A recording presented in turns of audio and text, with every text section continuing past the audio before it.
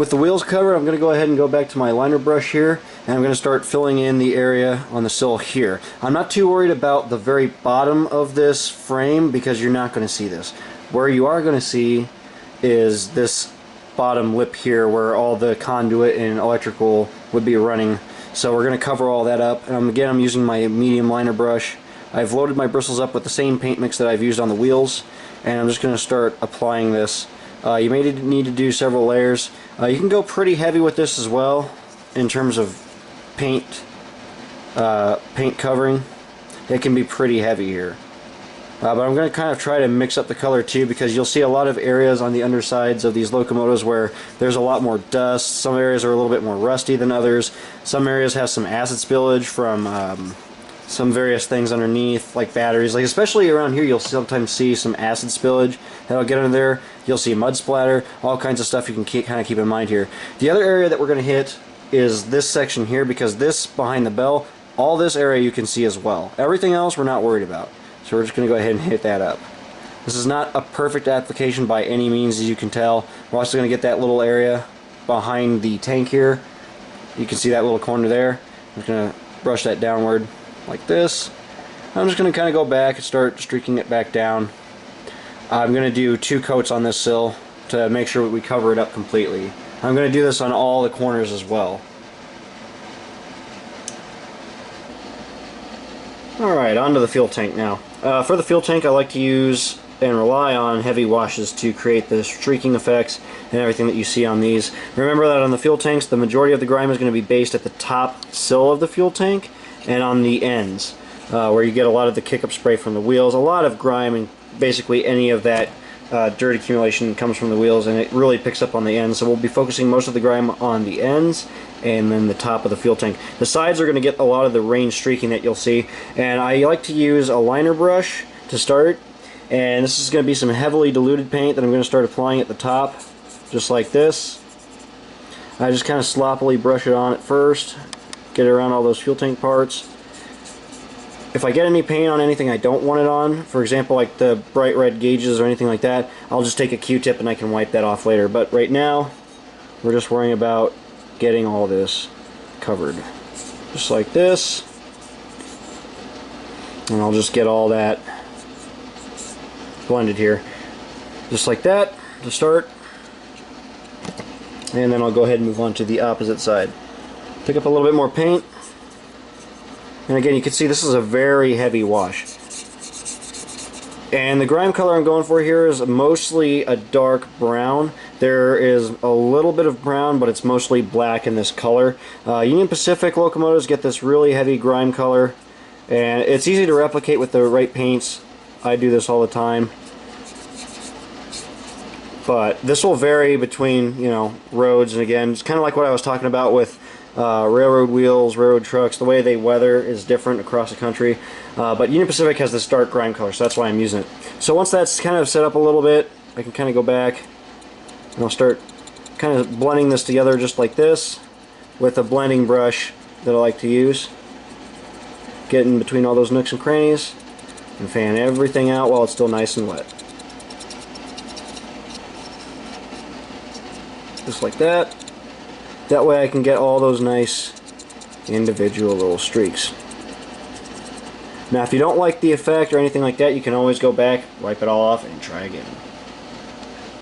On the sides here, on the sides of the fuel tank, I'm going to be doing a bit of a lighter wash, and I'm going to be covering more of an area, so I'm using a larger brush. This is a soft camel hair brush, and I'm going to be using, and I'm just going to start spreading that wash down the side of the tank like this.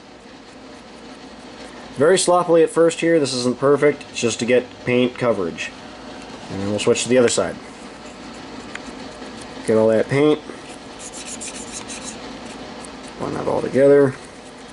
Just like this. Get all that nicely streaked.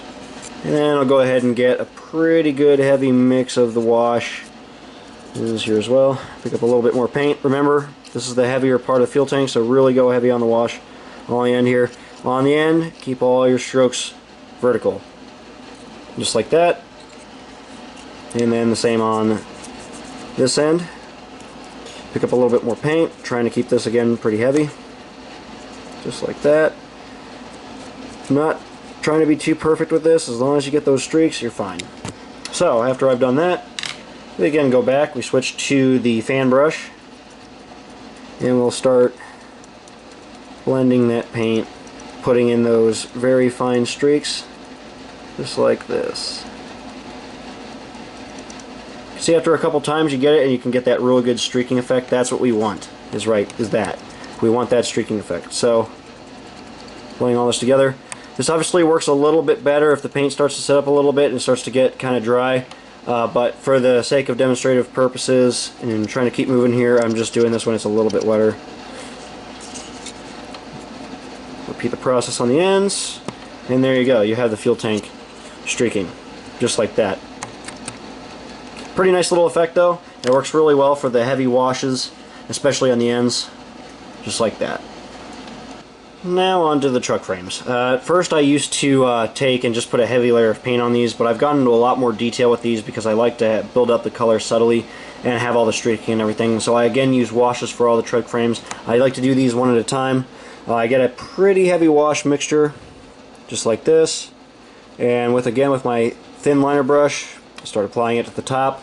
It's always going to be a heavier buildup at the top and the underside of the frame, so remember that. Sorry about that. I got my arm tangled up in my camera there. Oops.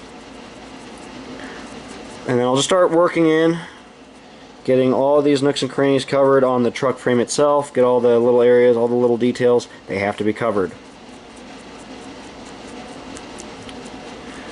And again, you can build this up in however many layers you need, depending on how heavy the trucks are on your prototype. The 6112 has some pretty heavily grimed up trucks, so we're going to be going pretty heavy with this wash. On the front pilots here, the wash is the same. I just try to take a little bit of care going around all these fragile little detail parts. Obviously you don't want to bust anything off. If you need a little bit more stability too, what I like to do is take the locomotive in hand, very carefully so I'm not crushing any detail parts or anything. I'll center it like this. I'll have my middle finger on my bench to kind of stabilize things, and then I can just kind of carefully go in and start working that brush in all the little areas I need. Also note here that I don't have the snowplow installed yet. We're going to install that later, but for now we're just getting all this area up front covered. And I'm going to start wrapping the wash around the sills next as well. So remember that the step wells themselves are a high traffic area and these get a lot of grime. So again, I'm going to be making a pretty heavy wash here. I just need to pick up a little bit more paint. But again, real heavy wash, just putting it in. I got a lot of paint on the brush and it's all pretty diluted down. Make sure everything's covered. If we need to, we can go in with a little bit more water later on so we can keep working with it. But for now, like I said, just a very heavy wash going in here, getting everything covered, because that's where a lot of this grime is going to collect. As we go along the sill, I'm again just going to be really working that wash in. I'm not worried about the safety striping. We can clean that off later. It's not going to be entirely clean because we're going to be putting some streaks and everything on it, but I'm just working down the sill, putting that wash in. You can go pretty heavy around, mostly around the cab area and then the back on this truck. Remember that a lot of that kick up is going to come up on the sill too, so you can again be, like I said, pretty heavy with that.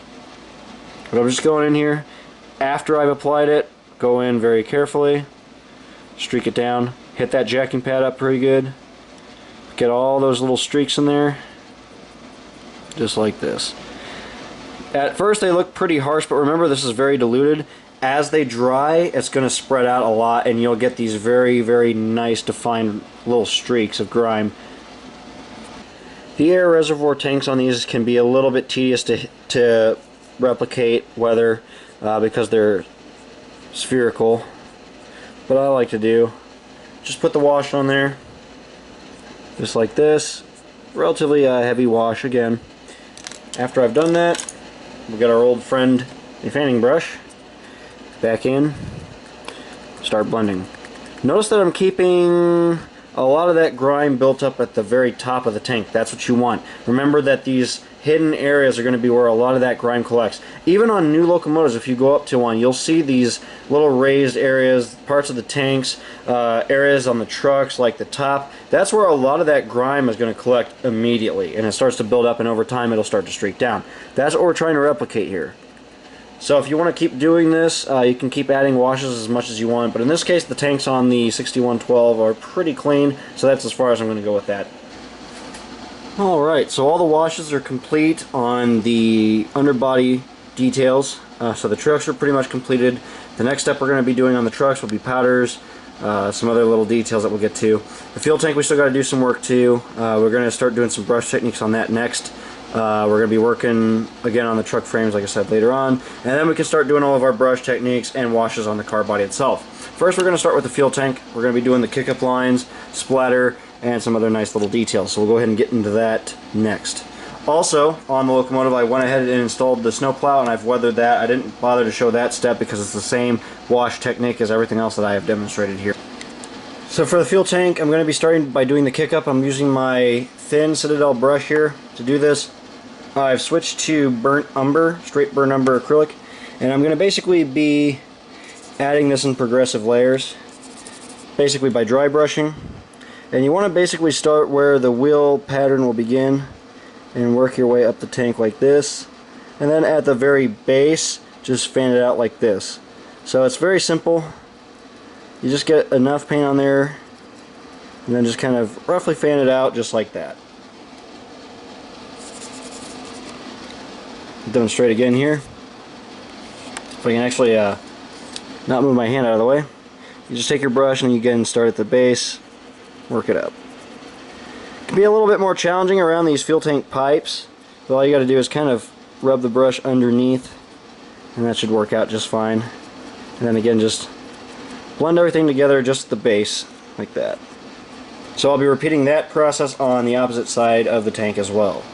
As you guys know, I like to really go into detail with the kick-up spray and everything like that. As I've developed on my freight cars, I've also used it on my locomotives. In this case, we've put in the kick-up lines. I just dry brushed a little bit of black over the lines that we just put in with the burnt umber. We're ready to go. So I'm going to be using a stiff bristle brush here. This is a camel hair brush.